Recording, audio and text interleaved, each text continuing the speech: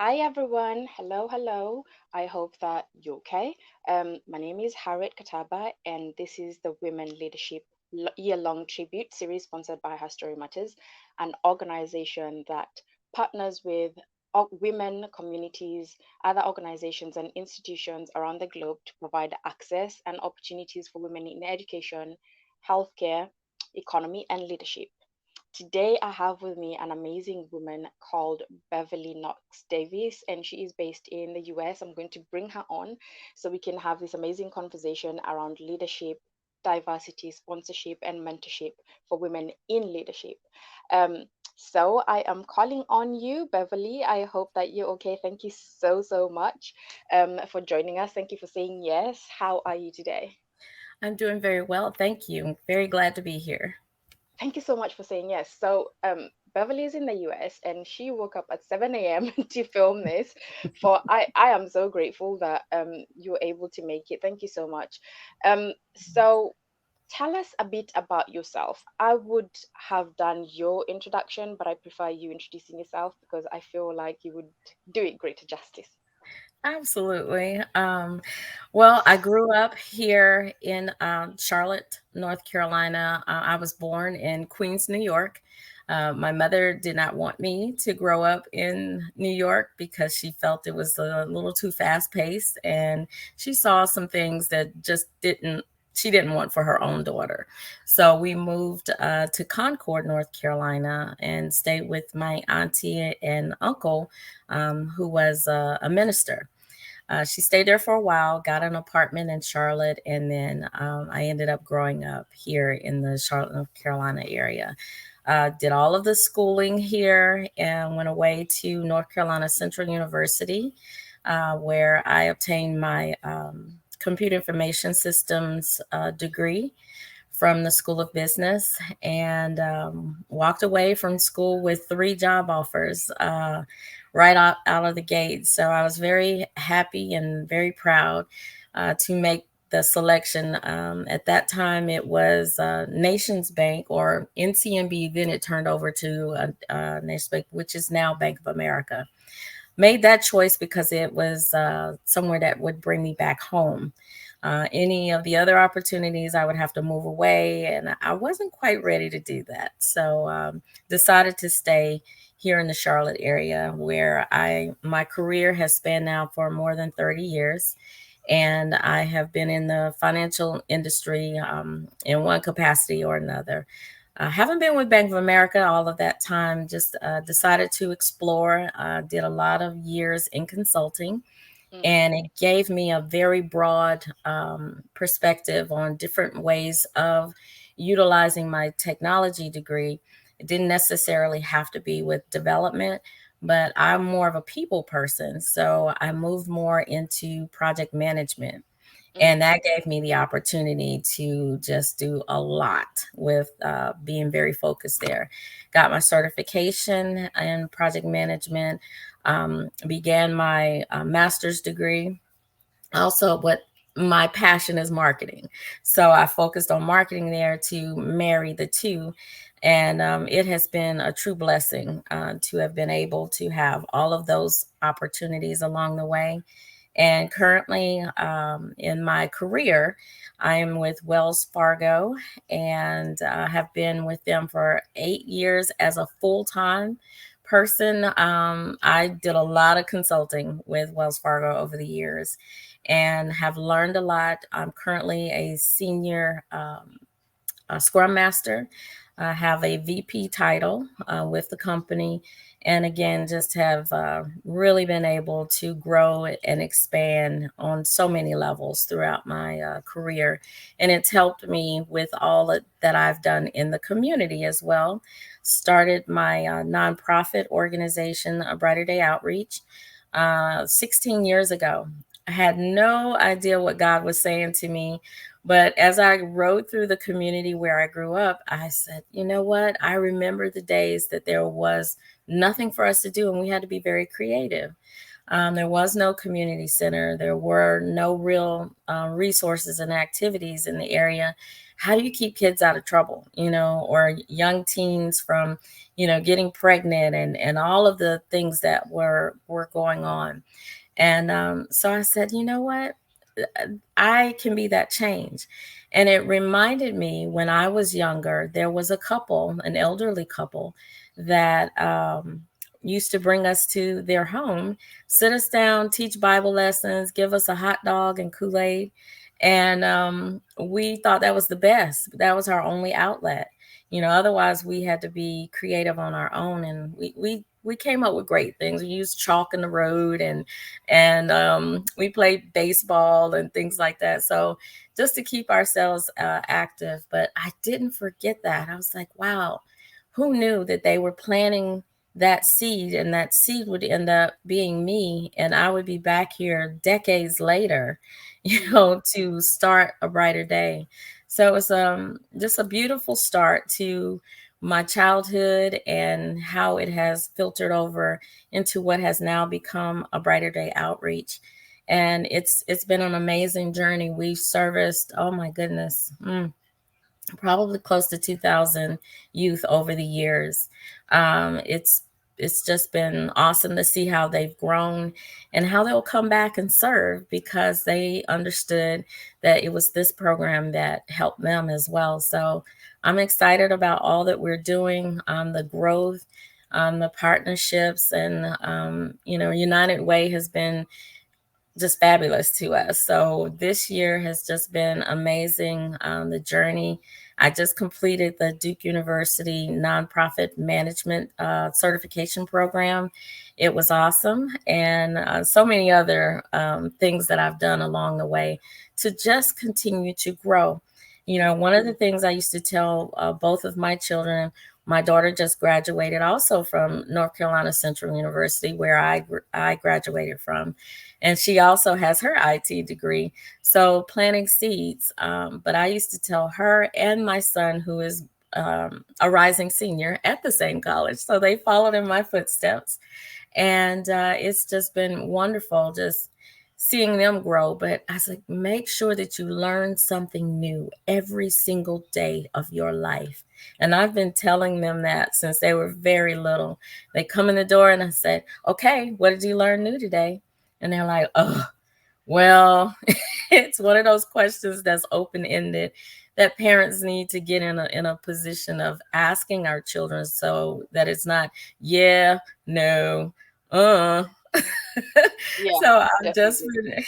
really, really excited about everything that they've shared with me over the years. But to see how now, they just do it. They don't wait for me to prompt and ask, what did you learn new today? And I always share as well. It's like if I'm going to ask them to do it, then I need to do the same. So I've had lots of opportunity too with side businesses, mostly in the health industry, and it's just been amazing. I also do Dock It Up is my documentation company. What I noticed too, people just don't know how to present themselves on paper. So I'll do that and help with resumes. I've also done videos and presentations for family reunions and different things like that. So it's what I love doing. It marries the marketing along with the IT, because there's a lot of great tools and things out now.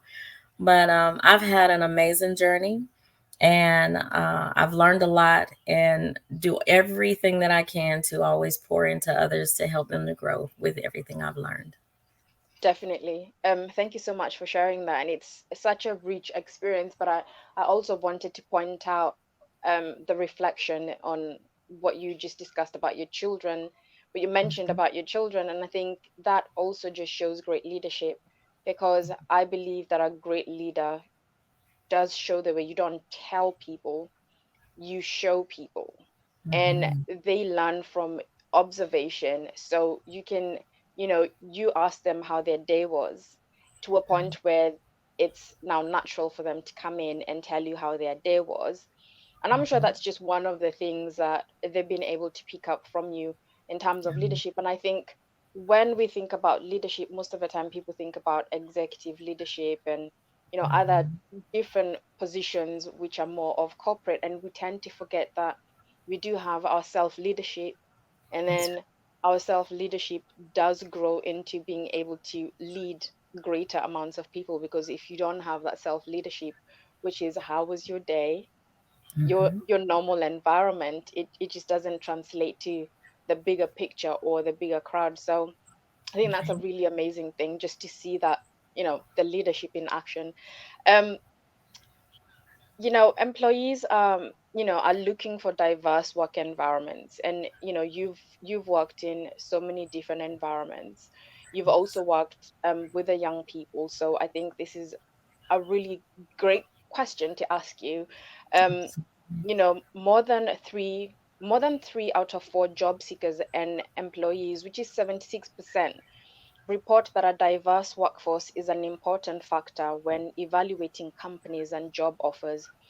So, statistics show that companies with women at C-level leadership fared better. And then we've got more studies by the major Finnish bank called Nordea, which analyzed 11,000 companies and found companies with a female CEO had higher annualized returns over 8 years. There is proof that women executives are more beneficial to companies.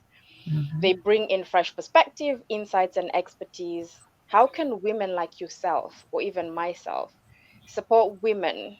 And how can the women interested in executive leadership start positioning themselves? I mean, bearing in mind that not all of us want to be in corporate leadership, Right. some of us are entrepreneurs. Right, absolutely. And I encourage the entrepreneurship. It's nothing like being your own boss. It's a it's a different wake up each day, because you understand that if you're not putting forth all of that effort, then it's not going to happen for you or whatever your particular dream may be. Mhm, So, so far as how I have embedded myself from a diversity perspective, my career early on, I may have been the only African American in the room. And that happened a lot, a whole lot. mhm, And when I saw that it was the only other person that may be that comes in and out was the person serving the food in many of the conferences. And those were different things that I would notice along the way. I'm a people watcher. I check out the room. What am I dealing with? What's really going on here? All the way to today, on my team, I am the only person of color. mhm, And it can be a little trying at times. And then working for a company that really pushes diversity, but then on the backside, you don't necessarily see it. And then when you see, executive levels where it becomes so much opposite of you, it's difficult when you see all of the communications that comes about stating that diversity is, this huge thing, but then you don't necessarily see it. It's okay, to speak on things, but you have to put the action behind it as well. So that's been my thing, in the past few years, just not truly noticing diversity. And then the people that look like me, even the women that look like me, starting to disappear from the company that I work for. So I encourage, as I go into the community, complete diversity. Everybody is welcome. I don't care, Asian, black, green, purple, yellow. It doesn't matter. We're all going to be here. We're all going to respect one another, and we will move forward in excellence. So that's how I manage the projects that I have with the people all over the world, onshore, offshore. Respect. It doesn't matter what your background is or what your culture is. Diversity is important so that we can learn from one another mhm, and be able to, treat each other as, from where I sit, as God would have it. And that's where I go every single day. I focus on that. And my teams, everything operates different under my leadership. My management tells me that all the time. What do you do to people?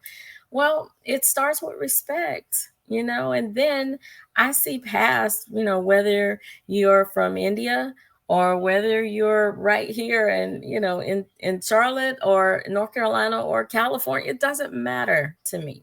I just want us all to be successful.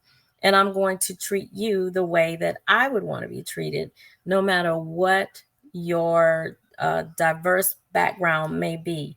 And what I found is that people have a tremendous amount of respect for that. And we get a lot more work done.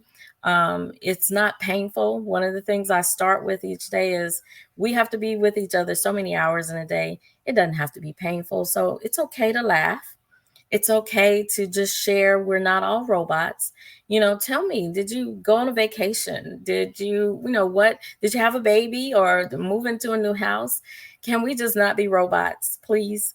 So, in focusing on, just not seeing past someone's skin complexion or where they were born or what cultures, and just embracing everybody. Your lifestyle is not my decision, even from that perspective. So just treating people though just with kindness regardless. So I would encourage everyone, if you haven't taken the time to maybe even take a course in understanding diversity from so many different aspects. It may not necessarily be, I'm black, you're white. It may be, that your religion is different from mine, or your Absolutely. perspective on so many different things, or it's just different from mine. But it's coming to that understanding and embracing everyone so that we can all move forward in excellence together. Definitely. Thank you so much for that. I think respect does go a long way. Mm, Because once you respect someone, you respect their background, you respect their journey, and you respect their culture. And absolutely. we can find so much understanding just from approaching people, different situations from a position of respect. I think that just creates a bridge for anyone, any Mhm. background to be able to interact. Having the conversation, you mentioned that you've been seeing a lot of women um, leaving the executive positions, high level leadership positions. And I guess it's also one of the trends that we're seeing with, global female leaders around the world bowing out, saying, like the Prime Minister Jacinda Ardern saying she doesn't have enough in the tank. And we're seeing, Mhm. we're seeing high level leaders just deciding that, they do not want to be in those positions anymore. They want to either focus on family or they just want to focus on different things.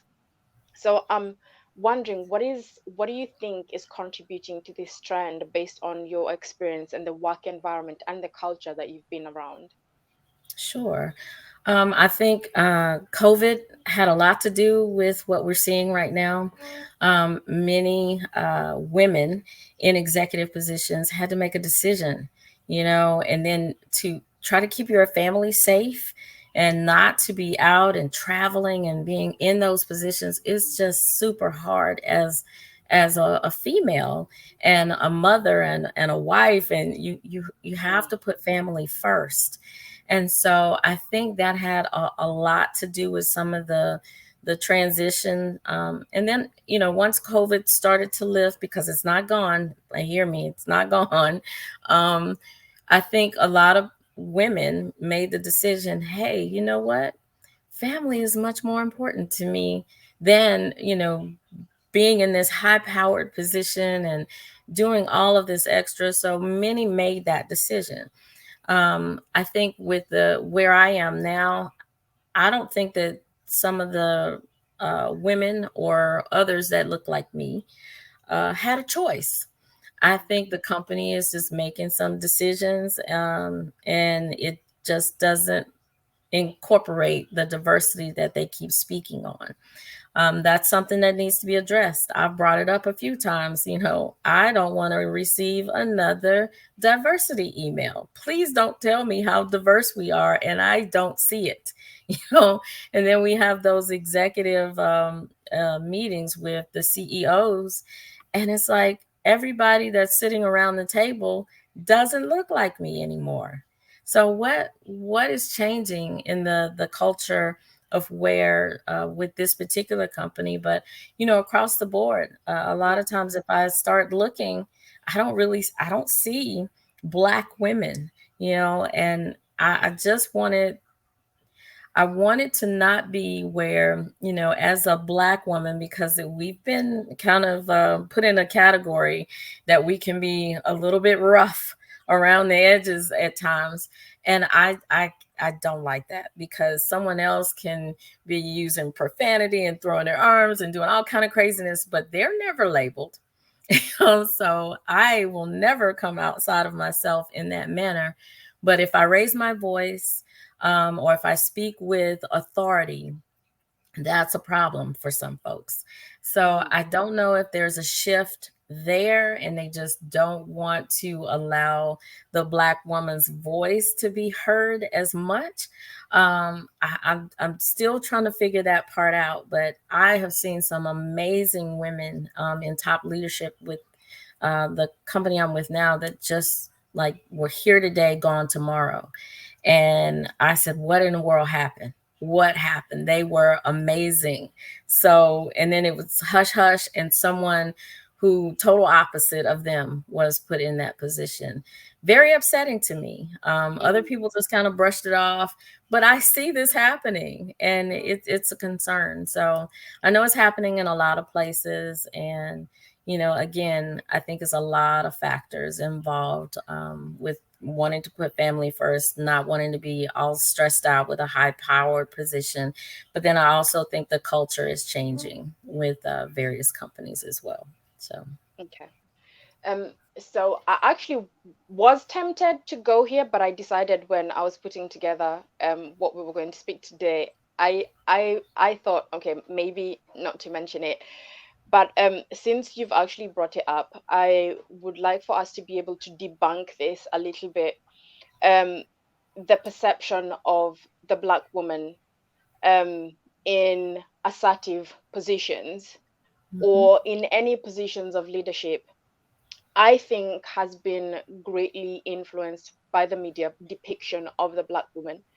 And it goes far back, with regards to the roles that women, especially Black women, were given in the media, in cinema, mhm, which was yes, depicting them, in certain ways. And I actually got to write a contribution towards, how Black women are viewed in the media, and it is something that I actually did some research on. And you know just looking at how the stereotypes came about, in plays, how Black women have been termed as aggressive and angry mhm, through the roles that they've been given, examples which are like Mommy, Jezebel, and Sapphire, and three stereotypes which are really deeply rooted in the mhm, slave trade and the lives that we live today. So you've mhm, always got the one who's like really geeky and really outgoing and like really goofy. And then you've mhm, got the one who's like over sexualized. And then you've got one that is really loud and aggressive. right, And we haven't actually seen Black women given roles where they're soft, feminine, and sensitive, yet we do have many of these women existing in society. And also, I think people tend to forget that language affects so much on how people will come across. Like if you speak to people who come from the Middle East, you will think that they're very aggressive, but it's because of the tongue that they speak, the that's right, words, the way they pronounce it. If you go to right, West Africa, for instance, you would find that the way they speak and the way they relate to each other is very animated. So if you're not used to that environment, it will that's look right, like people are arguing. If you go to East Africa, where I'm from, we're more mellow, where we communicate differently, but it's because our language is very soft, and mhm, it seems like you're singing a lullaby when you're actually speaking it. It's a very it sounds really beautiful to the tongue, but these are all things that we need to be able to take into account. And like you said, things like being able to have that curiosity with different cultures and understanding, being in the environment, and that will actually bring an atmosphere where there's so much diversity and understanding. It's about the respect. So I'm really curious, to your experiences, because you're in, you're in executive level leadership. How do you handle um situations where you have to be assertive, bearing in mind you're going to come across a certain way? Do you take that into consideration, or do you just do things the way you do them and let everyone else figure out themselves? Oh, option B, because I only know how to be me. And if that makes you uncomfortable, then I have my own way of, just reading a person. This morning, I have a meeting set up with two individuals that, they are being a little bit, they do a lot of pushback during my sessions. And I was like, you know what? I feel like I need to just have a one on one with them because there's something. I don't see them responding this way in other groups. So let me just have a one on one and try to dig into what's really going on. Perhaps, I may have said something or did something that, they may have found offensive. Don't know, but we'll get to the bottom of it. But I am going to be who I am. And, I've had several to try to make me shift and change. And no, I will not do that, because a lot of times it takes being stern in your position, because people will try to go around the process. They'll try to do it their own way and make things work specifically for them. That's not going to happen. And I have that reputation. They know, like, oh boy, Beverly's going to make us follow the rules. And then I said, but on the flip side, you'll see the benefit of doing it that way. But if I'm wishy-washy and I'm just kind of spaghetti backed with it, they'll walk over me. I am very kind to everyone until you cross me. And then it's a whole different level. But even in that, I know how to be politically correct. And you'll be thinking about it 3 days later, exactly what I said to you. That's a skill that I've mastered over the years. I haven't always been that way. It's just whatever comes up, comes out. But I have learned how to process what I'm about to say, and then make sure that it's effective in my delivery. So, but you're going to run across that with people because you're dealing with so many different personalities. But so far as I am concerned, I do not dumb myself down. I do not change or shift who I am. This is me. And it's something that the managers that I've had in the past have just adored, because then it means that they don't have to come in and, be bad cop. Beverly can handle her own. I don't need to come in and do any of that. So it works in my favor. But again, you have to keep into consideration that people do have that stigma of what they've seen, just as you mentioned, in the movies, on television.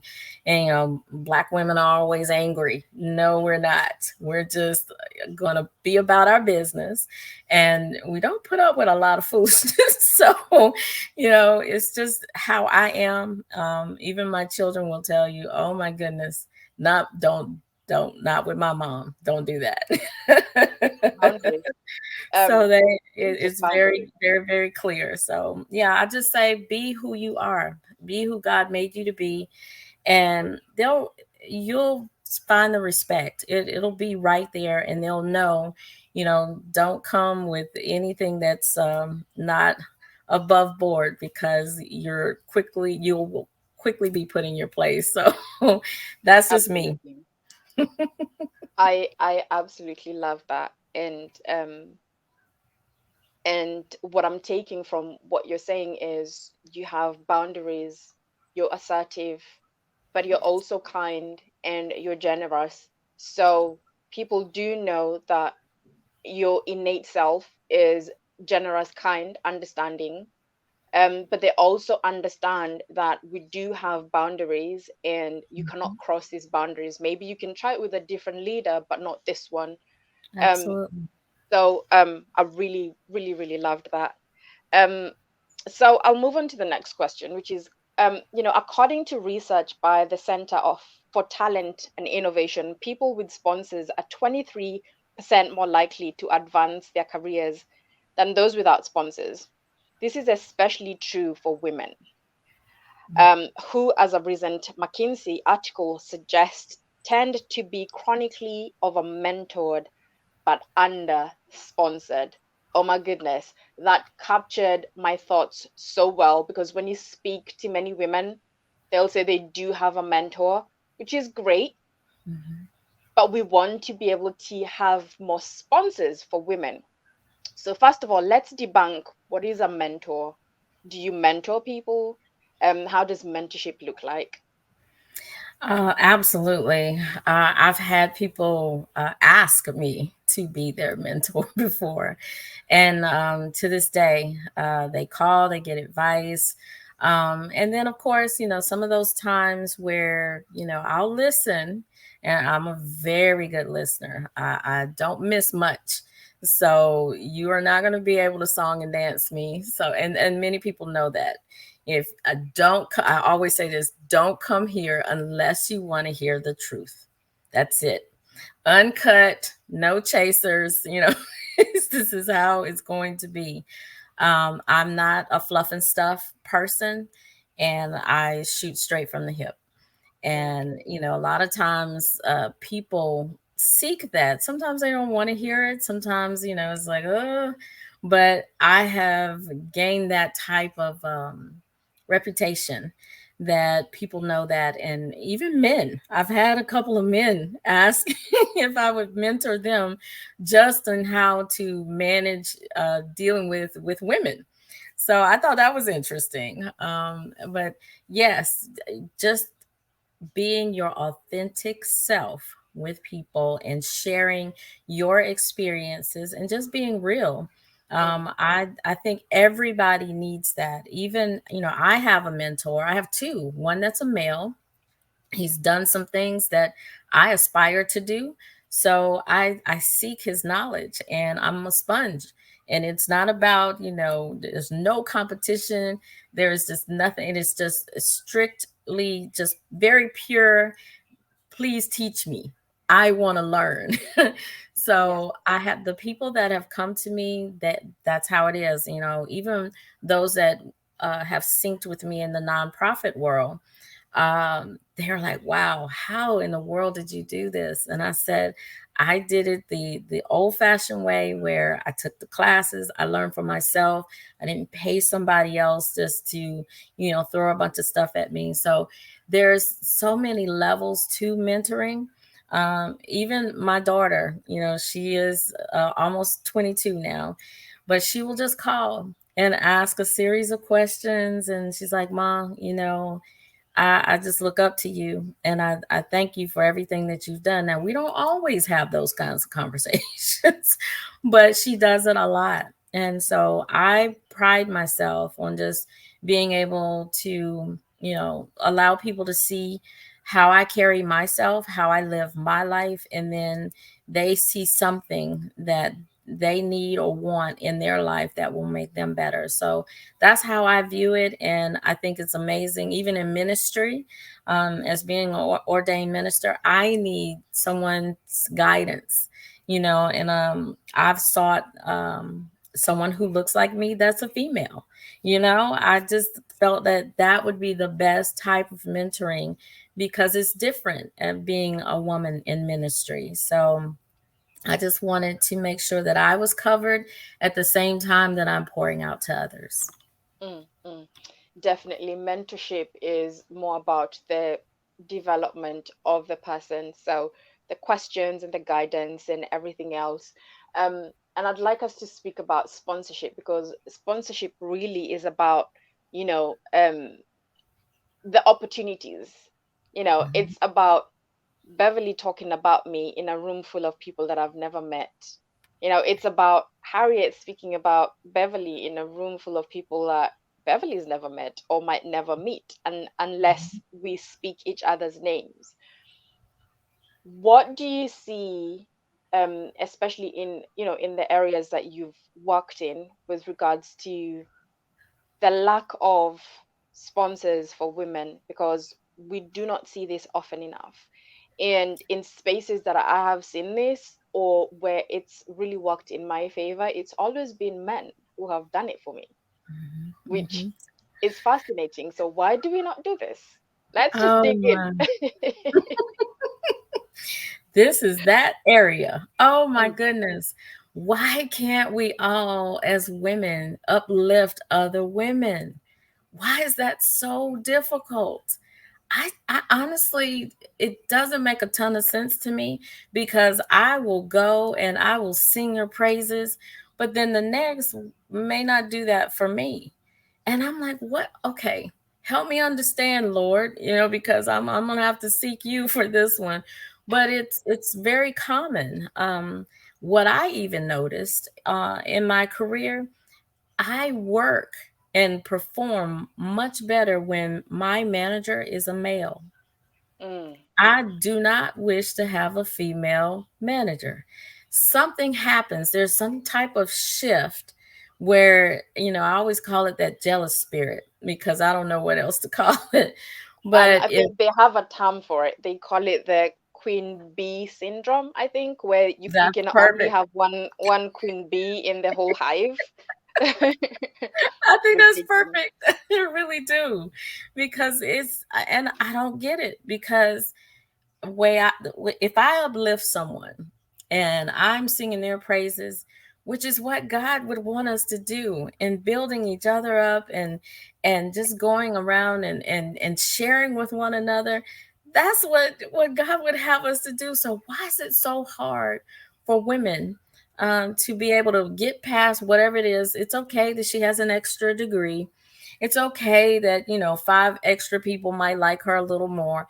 It's okay, but even for myself, I've found where that queen bee thing will pop up inside of me at times, and I'll pull back.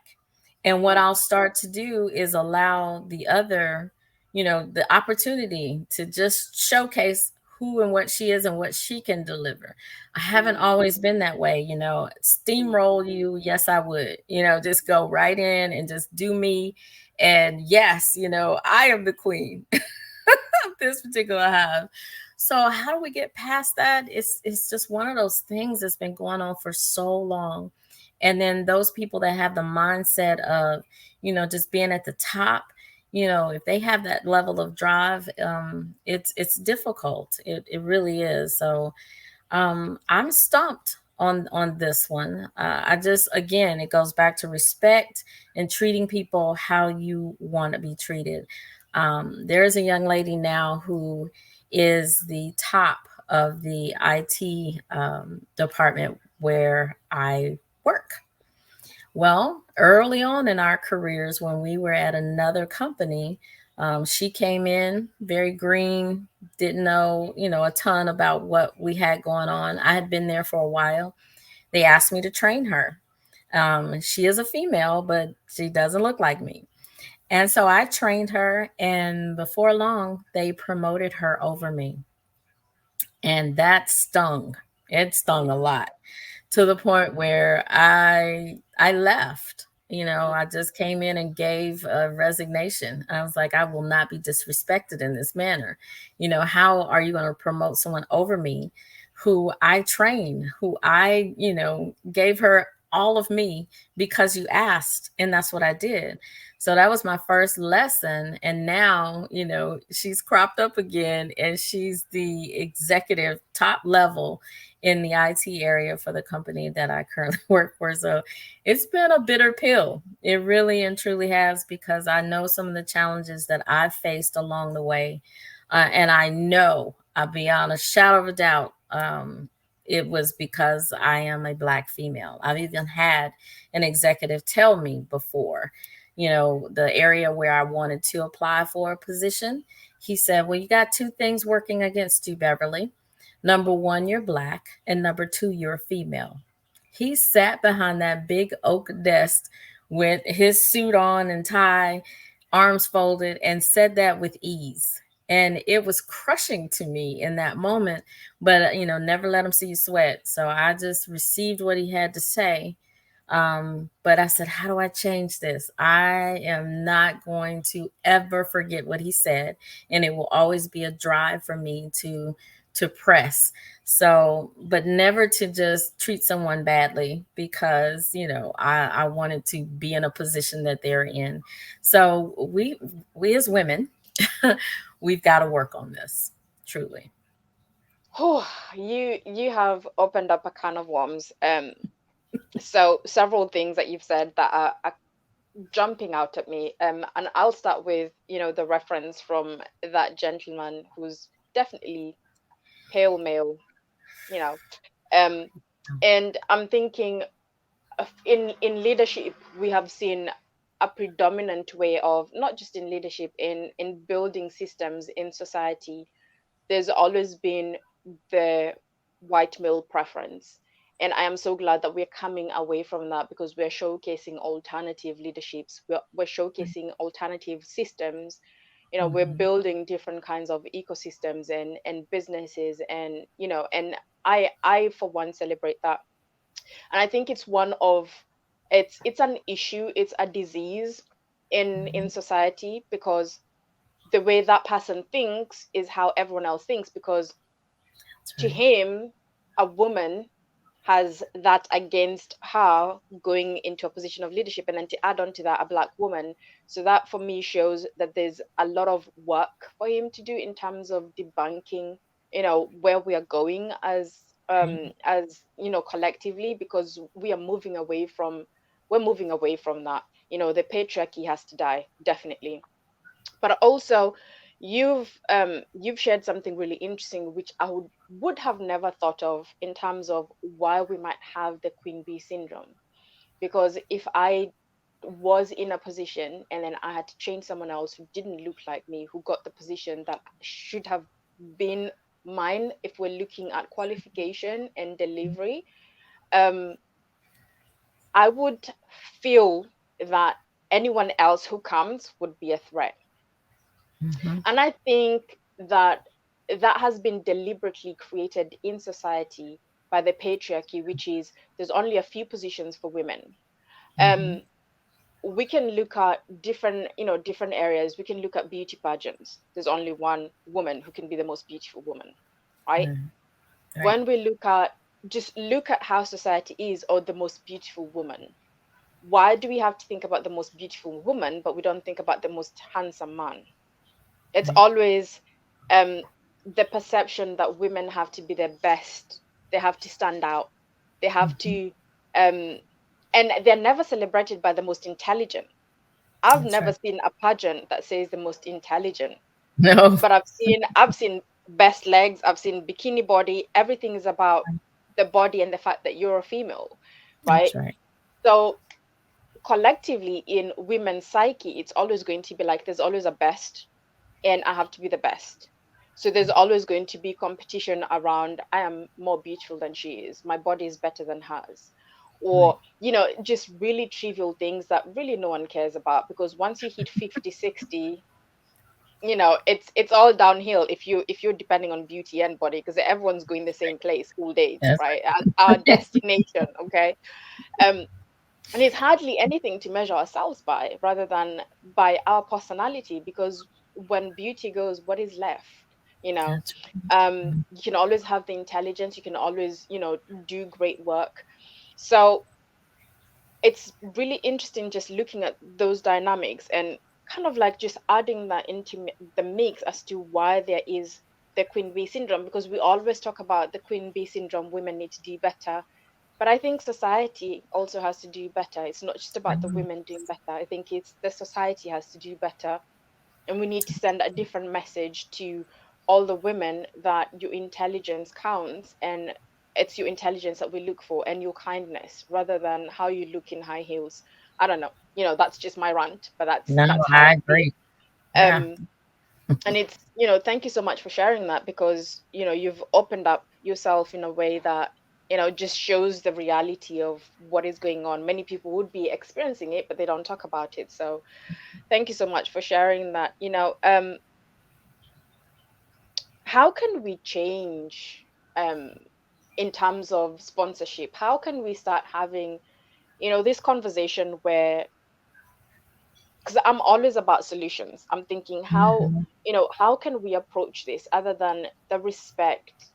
Um, can we do kind of like webinars where executive women come Yes. together? Can we have meetings where people get to know each other so they don't see each other as competition, but Right. as partners and people that can collaborate with each other to make greater impact? Because I'm thinking, if Beverly is up there doing great, 2,000 youth and making all of that money in her job, I can be doing something totally different, and we can come together and create magic. It's not about, well, this is what she's doing, I have to match it. It's, what Right. can we actually do together, right? Right. So definitely gonna come back to you on this, because I'm always about I'm always thinking about how can we move forward, and how can we do this. So what is the importance of looking after ourselves and just being mindful, and looking after our wellness? Because you did mention that you also work for a wellness company, which is Yes. very health oriented. And when we're Mhm. talking about health, it's also about the mindset. It's the health. How do we think? How we move forward? How do we process things? Do we self reflect? Do we journal? Mhm. um how can women utilize all of this in areas of executive leadership? And when we're talking about pressure and all of these things, how have you been able to do it? How do you support other women in doing this? So, I use my own story. I was that very going through a bad divorce at the time, raising two small children, and then I left myself out of the equation of Mm, taking care of me, and it caught up with me. One day, I stood up from my desk to go pick up the children, and I felt horrible. And I said, "Oh, well, you know what? I'll get something to drink. It's too late to call and ask someone to go pick the children up for me. So I'll just get something to drink and then I'll go get them and it'll be fine. yeah. I'll feel better later." So always shoving, ourselves to the back burner or not even on the stove at all. And, putting everybody else's needs first, that landed me on that particular day. I was having a stroke and I didn't know. I went to pick my son up, and when he got in the car, I spoke to him, and he's like, "Mom, why are you talking like that? What's wrong with your face?" And I could hear him, but it was like my brain was not completely functioning. But I drove, and he was just going crazy in the back seat. I could hear him, but I wasn't completely clued in. Drove to my daughter's bus stop to pick her up. And I knew when I pulled in the parking lot, I was like, oh my God, I can't feel half of my body. Wow. What in the world? And all I could see was all of the children that were there at the bus stop, like 20 or 30 of them. I was about to plow into all of those children. So I still had strength in my right hand. So I pulled the emergency brake, car still in drive. And that is the only thing that kept me from plowing into those children. And there were two ladies at this satellite bus stop, and they pulled me out of the car, laid me on the ground, and that's pretty much all I remembered at that moment. But, fast forward, the doctor that came in to see me in the emergency room, he said, "You were very fortunate, but it's time for a life change. Whatever you've been doing, putting everything else first, not taking care of yourself, you got to stop that because I'm here to share some good news too. You don't have any permanent damage, Mm, so with a little bit of therapy, you'll be fine. But don't come back here." And those words stuck with me. It was like I was on a mission after that to not go back there. And that was in 2014. and I've been very healthy, taking care of myself, eating, well. I get out, I walk 2 to 3 miles Monday through Friday, and being an inspiration to other people. And they're like, well, what are you doing? Your skin is beautiful, your hair, your nails. I was like, it's about me. I am not going to take me out of the equation ever again. I take time to go get my nails done, my hair. I Mm, have my meditation moments. I do yoga. Just you got to not leave you out in the process. You got to find something. And I speak to young mothers and I tell them, listen, I know you work in, you come in, you got everybody pulling at you. What's for dinner? You just got here too. And so you have to figure out a plan. So I usually plan out the meals. And, sometimes they're in the refrigerator already. My children, they used to brag how they could get in the car some days and they had a hot meal. Well, that's because I had done some planning ahead and had all of the containers. So all I had to do was nuke it and come, and they had their little silverware and everything because I wanted them to be nutritious, have a nutritious meal, and we keep it going. But I also had my container too. So we always had a plan, and it was usually from one thing to the next thing. We were always traveling to go to sports or whatever. And so I said, Beverly, you got to find time for you, which meant most days I had to get up at 5 o'clock in the morning just so that I could have my own meditation time, so that I could clear my own mind, write out my to do list, and, just have that time alone with God, and then get my workout in, which usually happened before anybody even woke up in my house. So, but you have to make that sacrifice for yourself so that you don't start to have health issues, because you are the only you're going to get. So, precisely. you want to make sure that you have a good quality of life. You want to be here for your family and not where they have to take care of you because you did so much and took yourself out of the equation. And now you have all these health issues. So, I've always been, on it ever since that happened to me in 2014. I tell my story a lot so that other people can recognize. It's like, do you have high blood pressure? Pre-diabetic, diabetic. How do you change all of that? You have to not leave yourself out. Drink plenty of water, get your exercise in, but it's mind over matter. I Mm, tell a lot, if you focus and get your mind right, don't allow all this other craziness in there. Oh, yes, I should eat the bag of chips, or yes, I should, those moments where you're just so low, you just want something comforting, that container of ice cream. Oh my gosh. So just do different things. It's about your mindset. It's about understanding what's truly important. And it's important to take care of you so that you're here for you and your family. awesome. I love that. How do you support your teams in ensuring that you're creating a culture or an environment where the wellness is considered? Well, being a product of the product, right? You have to you have to be the one that they need to see you doing it. If you have bad habits and you're not taking care of yourself, then people around you are going to do the same thing. And I'm always the one that's encouraging, make sure you're taking your vitamins, getting enough rest, which I still talk to myself about that, getting enough rest, but also that you're eating proper balanced meals. So I showcase what I do. If I've meal prepped, I'll take pictures and post it out on social media. Hey, ready for the week, and show my snacks. And the snacks are, the grains and the nuts and the things like that. And then, having big ginormous bottles of water, that they see me go through, and I'll show, hey, halfway there, how are you on your water intake for today? So I've always been that type of encourager, and I've had people say, "Oh my God, you guilt me into doing better." Ugh. What they mean is you motivate them into doing better. They are looking at it as guilt, but Absolutely. you're um, motivating them, and that again is just self leadership, and it shows why you're such a brilliant leader and why you're in the position that you're in, because you totally deserve it. Thank you so much, Beverly, for Absolutely. making time to share your story and your journey and your expertise with us today. And Absolutely. thank you everyone for watching this today. And to everyone watching, the links to Beverly's socials will be attached to the information, so you'll be able to find her on social media and everywhere else, and tap into her expertise and knowledge and mentorship and all of that good stuff.